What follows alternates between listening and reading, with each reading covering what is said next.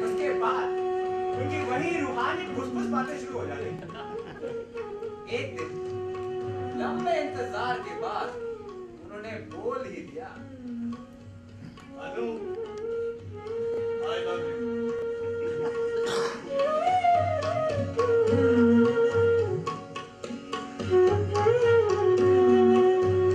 खुशी आपने लब को लब बोला, अनायास, बिना किसी कोशिश के।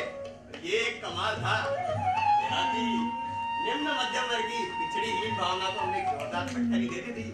वो पड़ी थी हमारे पद पर, बड़ी बड़ी करा रही थी। हाँ।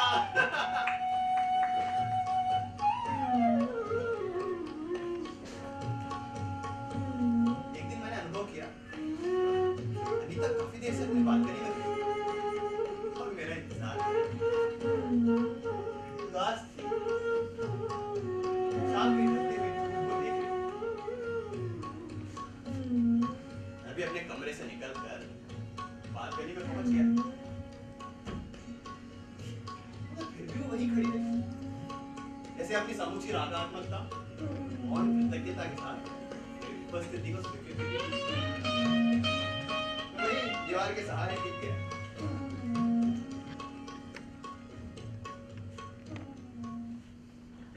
आखिर अनीता चली गई, पर ना जाने कैसे कैसे प्रतिक्रियावादी कवियों की कविताएं मेरे दिमाग में आ रही थी। बहुत सोचने के बाद भी बाबा नागार्जुन या आलोक धिनवा की कोई रचना याद ही नहीं आ रही थी। मुझे मजबूर होकर विदेशी क्रांतिकारी कवियों, विदेशी प्रतिक्रियावादी कवियों का सहारा लेना पड़ रहा था। स्लीपिंग प्रिंसेस के बारे में लेनिन ने क्या कहा? आखिर प्रेम और स्वप्न को लेनिन ने भी क्रांतिकारियों के लिए बहुत जरूरी माना है। बस आज मैं ये निर्णय लेता हूँ, मैं क्रांतिकारी प्रेम कविताएं लिखूंगा। भाई हिंदी में इसकी कमी पूरी होनी चाहिए। आखिर नेरुदा, नाजिम, लोरका, मायाकोव्स्की, ये सब भी तो क्रांतिकारी थे। क्या खूबसूरत कविताएं लिखी उन्होंने। हिंदी में ये काम बहुत सारे लोगों को छोड़ दिया गया, लेकिन बांग्ला के एक राइटर हैं जीवनानंद दास, ऐसे कोई राइटर नहीं हुए हिंदी में। सिर्फ संगठन ही नहीं, संगठन के बाहर के लड़के भी जान गए कि बाबू राम सजीवन इन दिनों लव में है। उन्होंने खुद ये बात जाके सबको बताई थी। बहुत सीधे और सरल आदमी थे बाबू राम सजीवन। वो अक्सर मेरे कमरे में आते और अपनी लव की तरक्की के बारे में बताते रहते। दरअसल वो लड़की चाहती है कि मैं उससे कुछ कहूँ, कुछ बोलूं। अच्छा, तो शाम हम लोग आधे घंटे तक बालकनी में खड़े थे, आमने सामने चुपचाप। पर तुम इसे नहीं समझ पाओगे। अरे क्यों? एक अनोखे किस्म का प्रेम है। अब देखो, अभी तक हमने एक वाक्य नहीं बोला, एक बार भी बात नहीं थी, फिर भी हम उस स्टेज पर पहुंच गए हैं जहां अमूमन साधारण और चालू संवेदनशीलता के लोग महीनों साथ रहकर घूम फिर कर पहुंचते हैं। वहां खड़ी रहती है चुपचाप, मैं यहाँ खड़ा रहता हूँ खामोश। हम दोनों एक दूसरे की उपस्थिति को महसूस करते हैं। पिछले कुछ दिनों में मैं एक बदलाव महसूस कर रहा हूँ। लगता है अनीता इस संवादहीनता से टूटने लगी है। अब उसकी उम्र भी तो मेरे मुकाबले 5 साल कम है। इतनी परिपक्वता कहाँ आएगी इतनी छोटी उम्र में? हाँ, बहुत दिन हो भी गए इस तरह की मोनोटोनी एक तरह का एक रास्ता दुभाव पैदा करती है हमारे संबंधों के बीच। अब भाई है तो वो लड़की ही, और इस सेकंड सेक्स का मनोविज्ञान पूरा उल्टा होता है। पहल तो वो सिर्फ बम्बई फिल्मों में ही करती है, इसीलिए मैं इन कमर्शियल फिल्मों को यथार्थ विरोधी मानता हूँ। इन्होंने ना सिर्फ दर्शकों के दिमाग में एक अवास्तविक यथार्थ की इमेज ही बनाई है, बल्कि इतने बड़े संचार माध्यम की मार्फत करते हुए एक अवास्तविक स्त्री की धारणा को भी खूब फैलाया। नतीजा देखो, कोई भी गांव शहर का मध्यम वर्गीय छोकरा खूब कंघी वंगी करके सच धज के किसी हीरो को डुप्लीकेट करता है और सोचता है कोई भी लड़की उसे देखेगी, देखते ही दिल बैठे और गाना गाने लगेगी। पर ये मामला बड़े क्रिटिकल जंक्शन तक पहुंच रहा है। आजकल मैंने मार्क किया है, अनीता जानबूझ के मेरी तरफ देख के, अच्छा आज दोपहर मैच, सुनना खाने का चम्मच जोर से फर्श पर फेंक दिया ताकि मैं उसकी तरफ देखूं। दरअसल क्या है, मैं उस वक्त कहीं और देख रहा था तो उसको देखा। तुमने उसकी एक बात नोट की क्या? पिछले 5-6 दिनों में आज वो इतना ज्यादा स्लीवलेस पहनती है, बाहें के ही नहीं बगल के जगह भी काफी सफला रहता है। आज जो उसने टॉप पे ना हरे रंग का देखा तुमने? उसका गला तो इतना खुला मॉड से मॉड लड़कियां के सब दुस्साहस ना करे। हाँ तुम इसे क्या कहोगे? अरे यार बेशर्मी कहूंगा और क्या कहूंगा। पर ऐसा है नहीं। अच्छा दरअसल ये उसका एक संकेत है।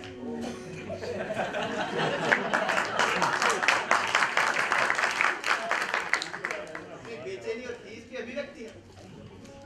इस तरह अपने शरीर को खोलकर उत्तेजित कपड़े पहनकर मुझसे कहना चाहती है कि मैं अपनी मौजूदा निर्णयहीनता तोड़ूं, मैं जाके सीधे सीधे उससे बात करूं। अब भाई लड़की जो होती है वो अपने शरीर से ही तो मौन की भाषा बदलती है। तुम बताओ। अरे यार आप सीधे जाके बात करिए ना उससे। आप बोलिए जाके, अनीता जी मैं आपसे कुछ जरूरी बात करना चाहता हूँ। आप खामखा बस मेरे पास बैठे रहते हैं, बकर करते रहते हैं। यही बात अनीता ने कितने ढंग से कही। अपने कोमल युवा शरीर को खोलते हुए मौन की भाषा में बदलते हुए कितने गोपन ढंग से कही। यही बात ये कितने बोल्ड तरीके से कर रहा है। जैसे वो लड़की तो बिकने के लिए बाजार में तैयारी खड़ी है।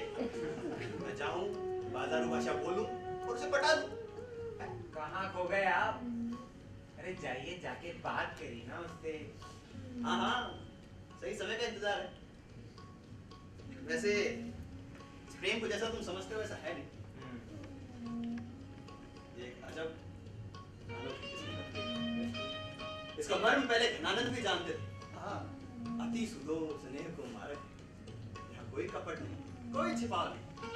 हम दोनों एक दूसरे के लिए निश्चित पारदर्शी है।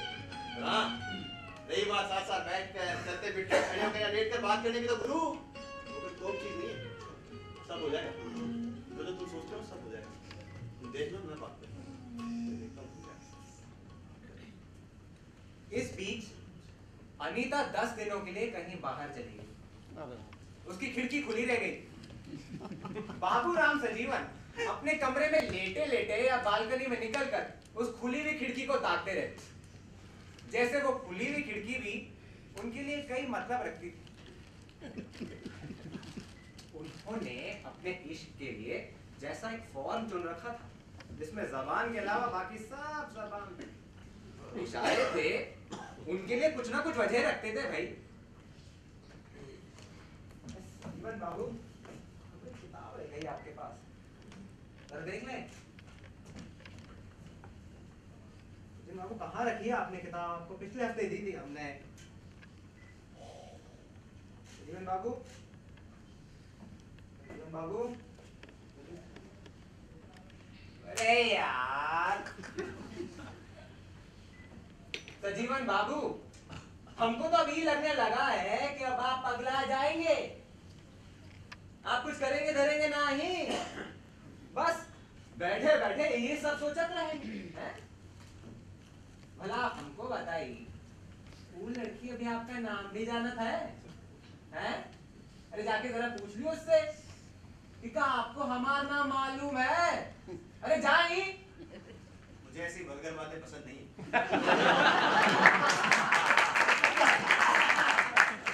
ऐसी डायरेक्ट बातें उन्हें वल्गर लगती थी। उन्हें इस रूहानी सच पर अच्छी तरह यकीन था कि इश्क कभी इतना गहरा और तेज हो ही नहीं सकता जब तक कि वो बराबर दोनों तरफ ना लगा हो। उन्हें इस बात पर अच्छी तरह यकीन था कि अनीता चांदीवाला ने जरूर चौकीदार के पास जाकर हमारे सजीवन बाबू के बारे में पूछा ही होगा, जैसे हमारे सजीवन बाबू चौकीदार के पास जाकर अनीता चांदीवाला के बारे में पूछा है। ये बात उन्हें इतनी सच्ची लगती थी कि इसे वेरीफाई करने की कोई जरूरत नहीं। फिर ऐसा करते हुए डर भी तो लगता था, कहीं ऐसा ना हुआ तो कैपिटलिज्म ह्यूमन आर्ट का सबसे बड़ा और खतरनाक दुश्मन होता है। सजीवन बाबू ने चालू दुनियादार ढर्रे का प्रेम न करके एक खूबसूरत कलाम को गढ़ने की कोशिश की। ये इश्क आम इश्क नहीं था, रूहानी इश्क था। ये कैपिटलिज्म का एक खतरनाक जाल था कि बाबू राम सजीवन अपने करीब के दोस्तों से भी बोल नहीं पा रहे थे। उन्हें एंथनी चेखोव की ग्रीफ कहानी याद आ गई, जिसमें हीरो को अपना दर्द कहने के लिए कोई मिलता ही नहीं और वो अपने घोड़े से लिपट कर फूट फूट कर रोता। अब हमारे सजीवन बाबू को घोड़ा कहाँ मिलना था? उन्होंने तो रात में एक नज्म लिखा है, खुली खिड़की का अर्थ। दोस्त, तुम नहीं जानते कि इतिहास में खुले रह गई एक अकेली खिड़की का क्या अर्थ होता है, मगर मैं जानता हूं खुली खिड़की का एक भविष्य होता है जिसमें से प्रतिज्ञाओं और संकल्पों की रोशनी फूटती है। एक दिन वो दौड़कर मेरे पास आए। अरे बंधु प्यारे, पंडित जी, आज तो कमाल हो गया। हाँ। अब इस कहानी में एक ऐसा मोड़ आया है कि सारी चीजें नए सिरे से शुरू हो गया। अरे बताओ यार, तुम्हारी बात हो गई उससे? अरे बातचीत को इतना महत्व क्यों देते हैं? ये मान लो कि मेरी आज तक की रीडिंग सारी सही थी। अच्छा। आज मैं बस स्टॉप पे खड़ा था, तभी देखता हूँ कि अनीता चल के मेरी तरफ आई। अच्छा। और फिर उसने कहा कि Excuse me. Has the bus number 666 come? Bus number 666 चली गई. चली गई. No no, it is yet to come. Thank you. वाह वाह वाह महोदय वाह! अब इसमें आपका चिंतन कौन सा नया संकेत ढूंढता है, आप बताइए मुझे। बताइए।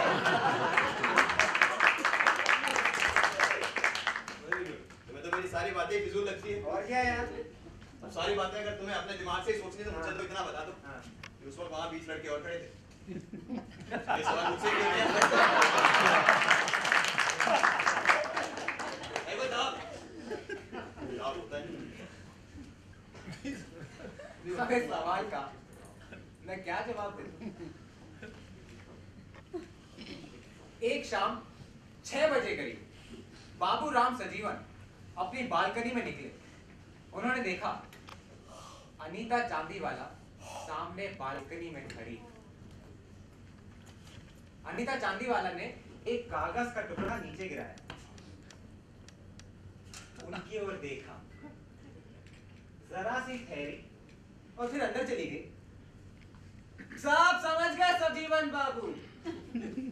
वो दौड़कर नीचे पहुंचे। वहां ठंडी हवा चल रही, हरी घास पर ढेरों कागज के टुकड़े बिखरे पड़े थे। कुछ हिलते डुलते, कुछ एकदम चुप, जैसे मिट्टी में अपनी जड़ें जमा चुके। कौन सा है वो कागज? फिर कैसे उसे पहचानूं? क्या लिखा होगा उसमें? उस रात 8 बजे तक लोगों ने राम सजीवन अपने कुर्ते की होली बनाए, कागज के टुकड़ों को छीन लिया। वो चलने को बोले तो एक कागज की छोटी सी चिंदी दिखाई पड़ जाती और वो कांपते हुए उसे उठा लेते।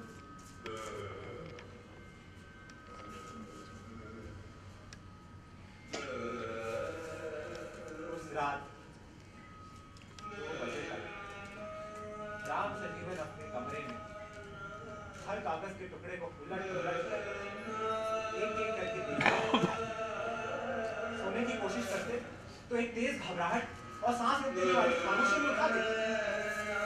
तो एक एक करके हर कागज के टुकड़े को खोल के देखने लगे।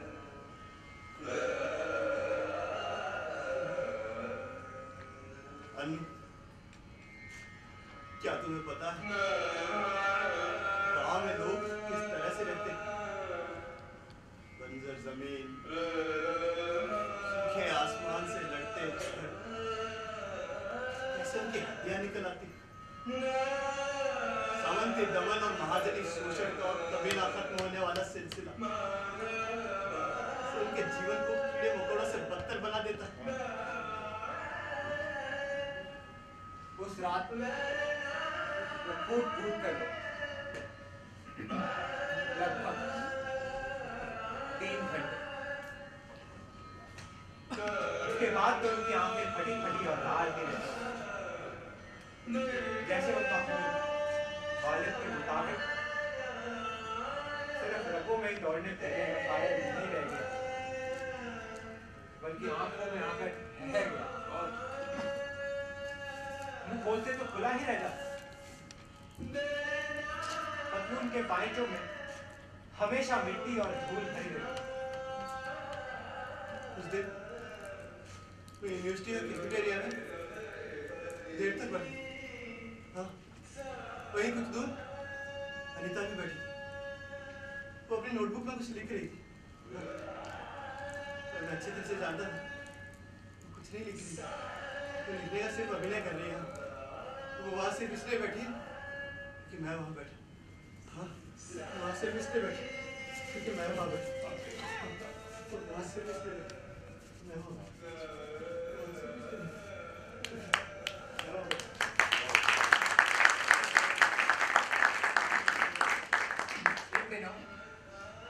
सबसे बड़ी तकलीफ ये थी कि राम सजीवन की मोहब्बत के बारे में कोई कुछ सुनना नहीं चाहता।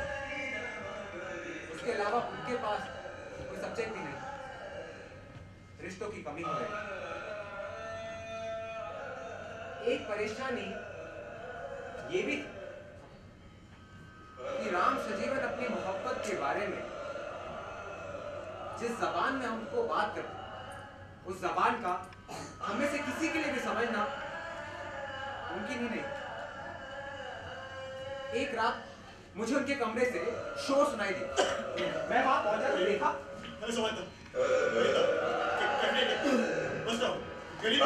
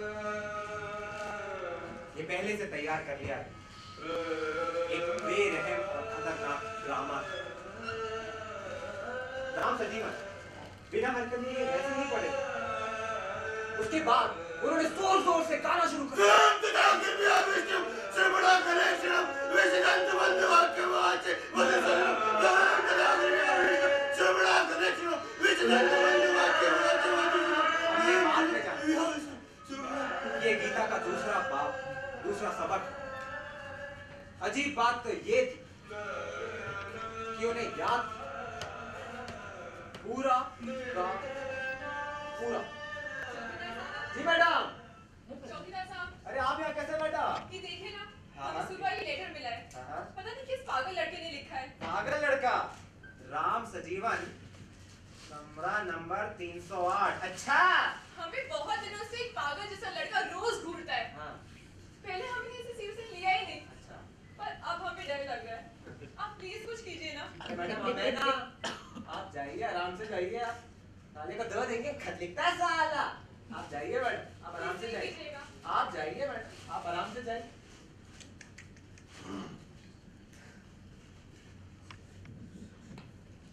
ये लव लेटर तो बाबू राम सजीवन अनीता चांदीवाला को लिखा। खत दो जबानों में, अंग्रेजी में भी और हिंदी में भी। इसमें टैगोर, लोरका और नेरुदा जैसे लोगों की लाइंस। ये खत